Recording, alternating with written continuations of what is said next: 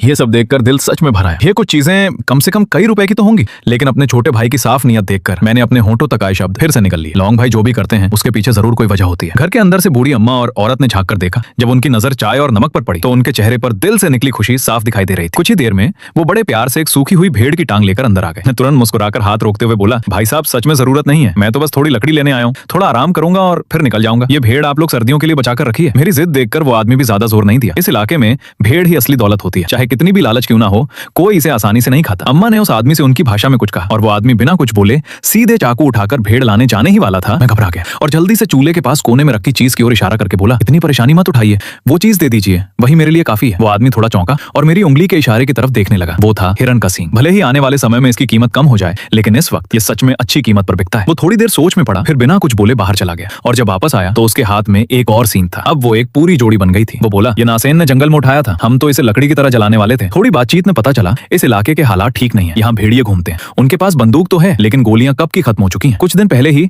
भेड़ियों का झुंड 3 भेड़ उठा ले गया। पूरा परिवार परेशान था। मैंने बिना सोचे सीना ठोक कर कहा, मैं इसका इंतजाम कर सकता हूँ, मैं प्रोडक्शन टीम का मिलिशिया हूँ, ट्रेनिंग की कुछ गोलियां बची हुई हैं, काम आ जाएंगी। ये सुनते ही उस आदमी हारिमू की आंखें चमक उठी। वो बोला, अगर तुम गोलियां ला दो तो मैं तुम्हें भेड़ देकर बदल दूंगा। मैं मुस्कुराया, अरे नहीं, हम सब अपने ही लोग हैं, समय मिला तो मैं खुद ही दे जाऊंगा। लेकिन हारिमू मानने को तैयार नहीं था। वो बार बार पूछने लगा, कब आओगे? भेड़िए अब खतरनाक हो गए हैं, वो लोगों पर भी हमला कर सकते हैं। मैंने थोड़ा सोचा, फिर बोला, कल या परसों मैं कोशिश करूंगा जल्दी आने की, आज तो पहले ये लकड़ी घर ले जानी है। हारिमू बोला, मैं तुम्हारा इंतजार करूंगा, तब मैं तुम्हें एक जिंदा भेड़ दूंगा। मैंने हंसकर मना किया, नहीं भाई, इसकी जरूरत नहीं। हाँ, अगर जंगली सुअर मिला तो थोड़ा मांस मेरे लिए बचाकर रखना। हारिमू जोर से हंसा, पक्का। इसके बाद वो हमें घाटी की तरफ ले गया। वहां बाढ़ से बहकर आई सूखी लकड़ियों का ढेर लगा था, सब बेहतरीन जलने वाली लकड़ी। कुछ ही देर में हमारी गाड़ी लकड़ियों से भर गई। फिर उस जमी हुई भेड़ को भी गाड़ी पर मजबूती से बांध दिया गया। चलने से पहले हमें फिर से तंबू के अंदर बुलाया गया और एक कटोरा गर्म दूध वाली चाय पिलाई गई। हिरन के सींग संभालते हुए घोड़ा पकड़कर हमने हारिमू के परिवार से विदा ली। उस वक्त सूरज धीरे धीरे ढल रहा था और बर्फ पर हमारी लंबी परछाइयां बन रही थीं। जैसे ही हम बाहर निकले, ताओ दा चैंग ने लकड़ियों को छूते हुए कांपती आवाज में कहा, लॉन्ग भाई, इतनी लकड़ी पूरी सर्दी निकाल देगी। मैं चुप रहा, लेकिन अंदर ही अंदर हिसाब लगा रहा था। ये हिरन के सींग कम से कम 10 भेड़ों के बराबर कीमत ला सकते हैं और वो जमी हुई भेड़ करीब 20 किलो साफ मांस देगी। आज की कमाई कम से कम 20 रुपए। शहर में मजदूर